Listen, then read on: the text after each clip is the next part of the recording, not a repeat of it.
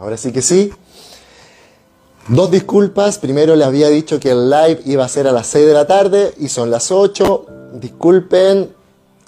La segunda disculpa es que el live de hoy responde más bien a sensaciones, ideas, más que a un tema determinado. Por lo tanto, va a ser más disperso todo esto. Le vamos a poner un título que se va a llamar Salud Mental. Salud Mental en alerta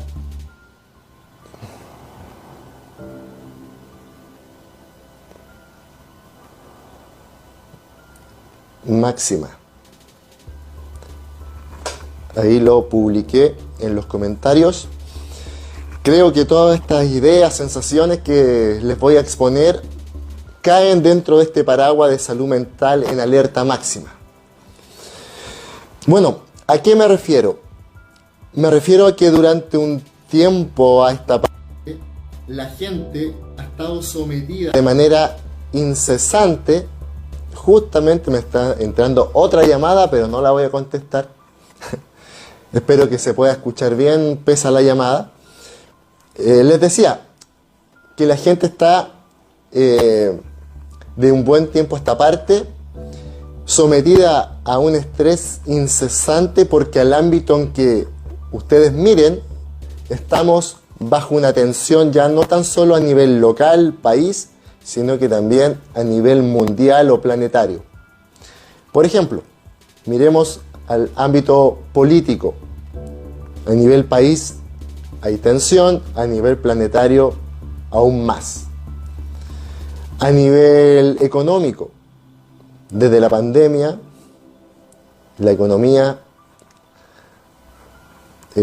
con graves y amplios tropiezos, ¿verdad? A nivel climático. De hecho, surgió un concepto hace poco que se llama la ecoansiedad, que hace referencia a la inquietud que provoca en muchas personas los cambios climáticos, el miedo que provoca, ya ni siquiera es una inquietud, sino que miedo, ecoansiedad. Tenemos también el tema de las guerras. Si es que ya no estamos en una tercera guerra mundial, imagínense, empezó Rusia, Ucrania, ahora Israel, Palestina, y así vamos sumando, y los bandos están ahí bajo tensión, aumentando sus armamentos. Entonces, para el ámbito que se mire, realmente la tensión genera en todos nosotros una inquietud, ¿verdad? También surgió otro término que se llama la solastalgia, que hace referencia a todas las repercusiones emocionales y psicológicas de la gente que ha estado sometida a catástrofes.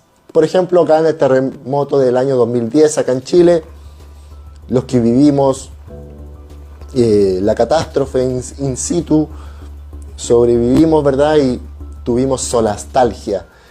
Los que están viviendo cerca de un volcán y este volcán hace erupción, también la gente que está en la franja de Gaza, también la solastalgia, el hecho de vivir catástrofes in situ. Si se fijan, entonces es un mundo demasiado amenazante, con muchos cambios en ámbitos diversos que generan que estemos bajo una tensión permanente, y eso yo lo he visto en mis consultantes. Súmenle también a los procesos migratorios que generan un conflicto, ¿verdad? Ya sea a nivel cultural, económico, etcétera, etcétera, que tensiona a las partes. Entonces, frente a este tema global, ¿verdad? Voy a pasar ahora a describir el caso de un paciente que atendí hace poco. y después voy a hacer una especie de relación entre esa tensión y el panorama global. Este paciente se trata de un muchacho de 15 años que tiene un largo historial clínico, ¿verdad? Yo lo vi por primera vez y en la segunda sesión me dice que tuvo pensamientos suicidas. A raíz de que se hizo una actividad en su curso donde se enviaban cartas de un compañero a otro dependiendo de la necesidad de comunicarse con el compañero que uno quisiera. Y eso era a través de cartas. Pero él no recibió ninguna carta. Por lo tanto, eso lo hizo sentirse muy mal, como que nadie lo quisiera o nadie lo contemplara. Y le surgieron pensamientos suicidas. Mi intervención en ese momento fue potenciar que él pudiese ver esta acción, ¿verdad?, desde otros puntos de vista. Y, por ejemplo, llegó a la conclusión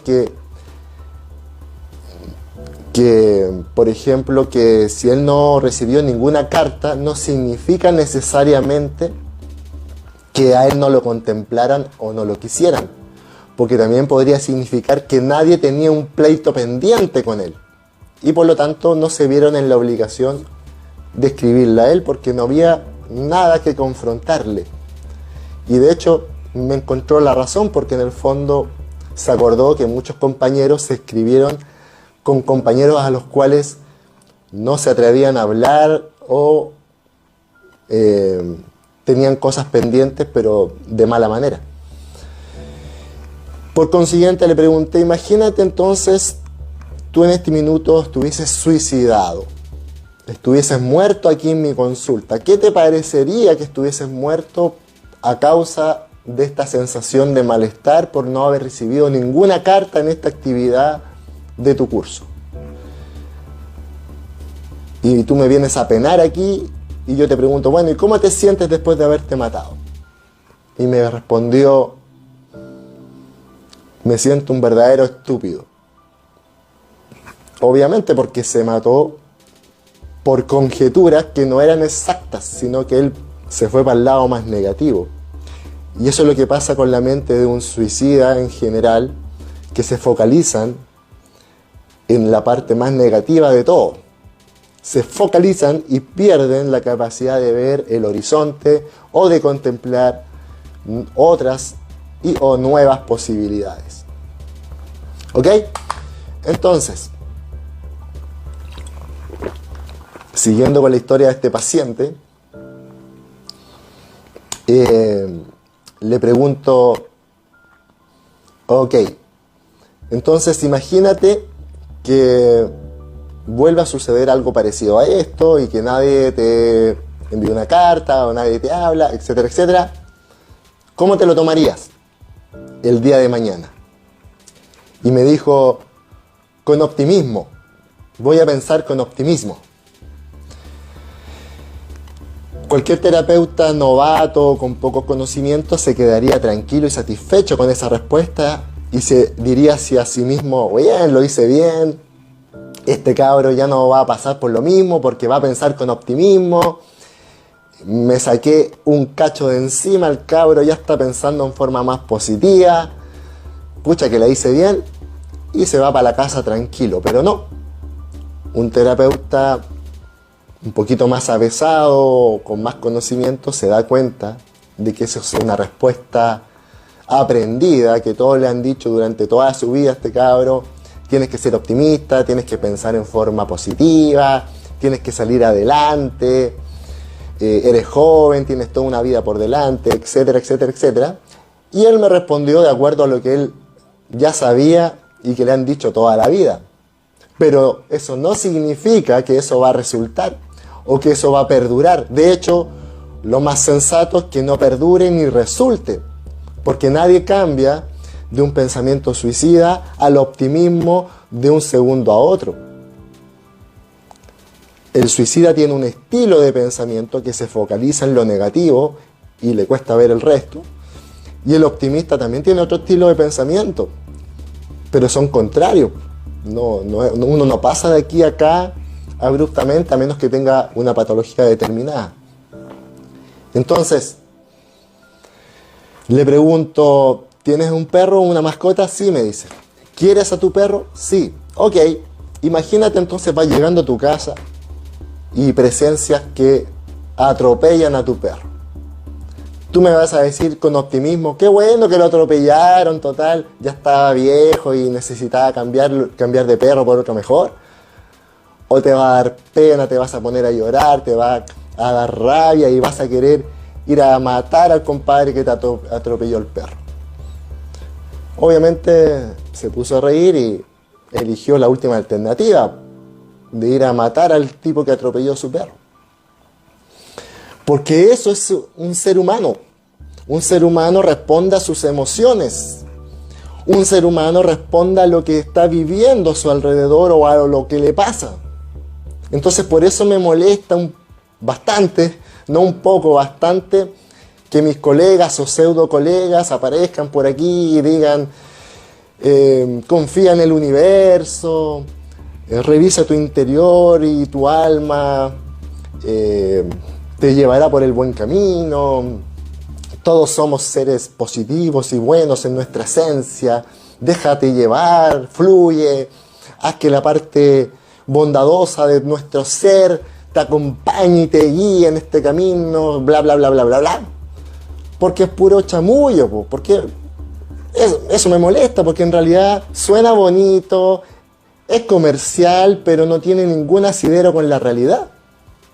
El ser humano tiene una parte muy buena, muy positiva, pero convengamos que tiene una parte desastrosamente mala. Tiene una parte negativísima, pérfida. ¿Y para qué están los ejemplos de sobra como para darnos cuenta de eso? O sea, no hay que ser un adivino ni un estudioso para darse cuenta que el ser humano tiene una parte demasiado negativa. Perdón. Y esto de negativo, bueno, malo, bueno, son adjetivos que nosotros le ponemos. Pongámosle entonces una parte muy primitiva, muy animal. Ni siquiera es bueno, ni siquiera es malo. Es animal. Y esa parte existe en nosotros aunque no nos guste. Los ejemplos sobran. Es cosa de ver un poquito las noticias. Ni siquiera todas las noticias, un poquito.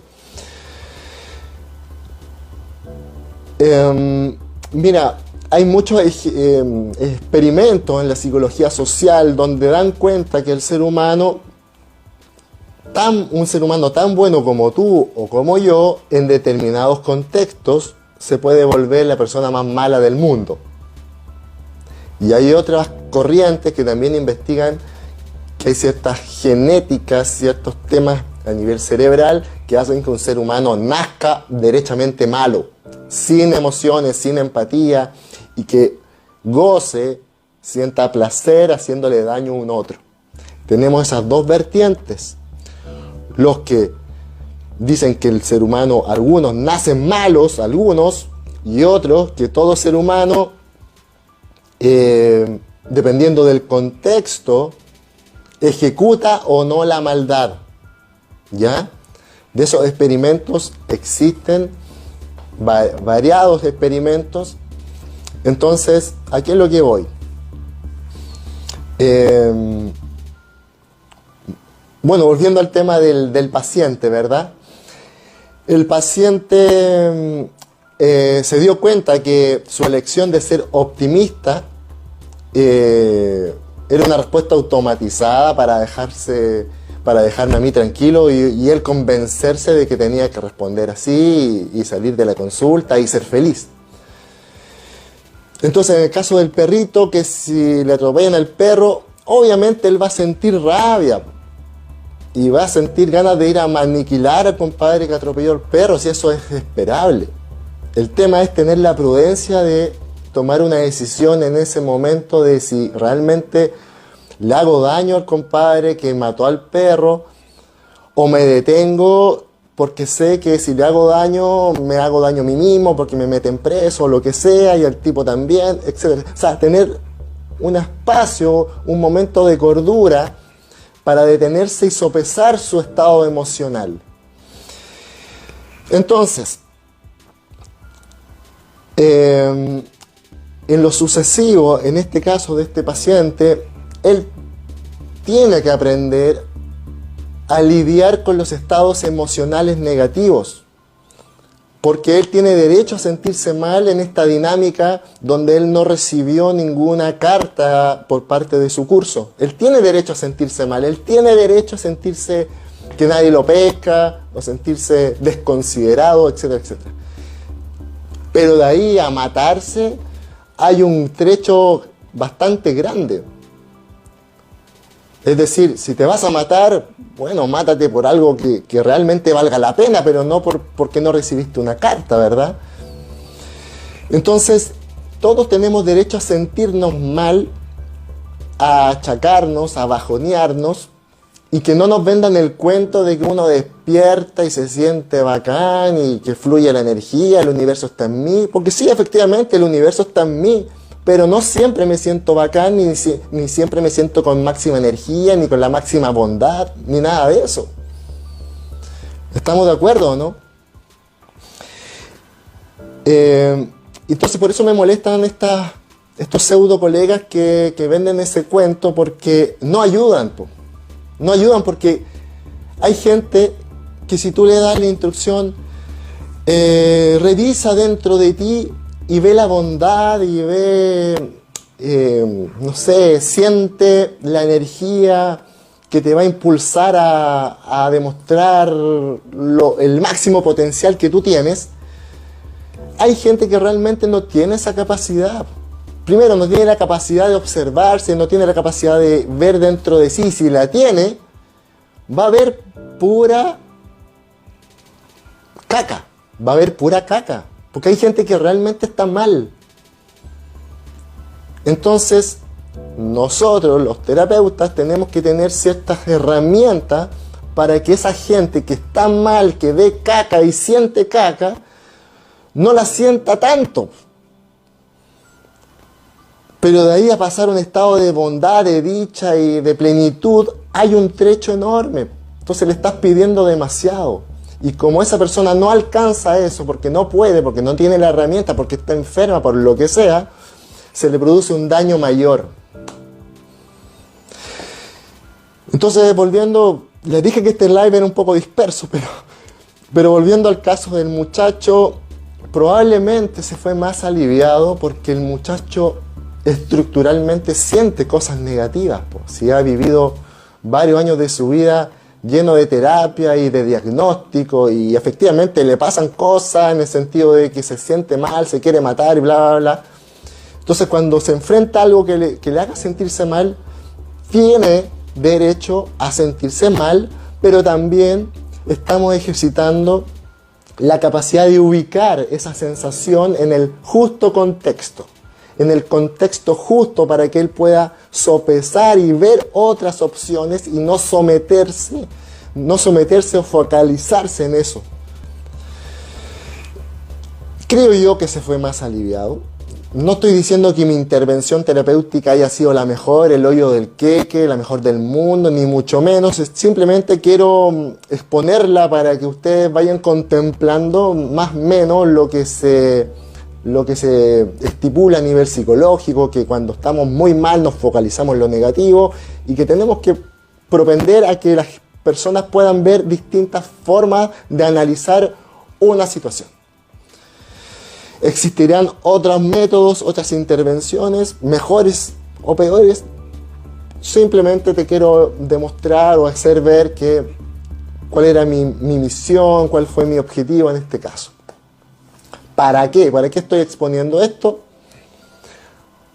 Porque, volviendo al tema de la salud mental global, lo que está sucediendo a nivel planetario, la gente se está sintiendo mal. Si hay una guerra y después se suma otra guerra y y el clima y los incendios y las hambrunas y la economía y la política y el estallido antisocial. Suma.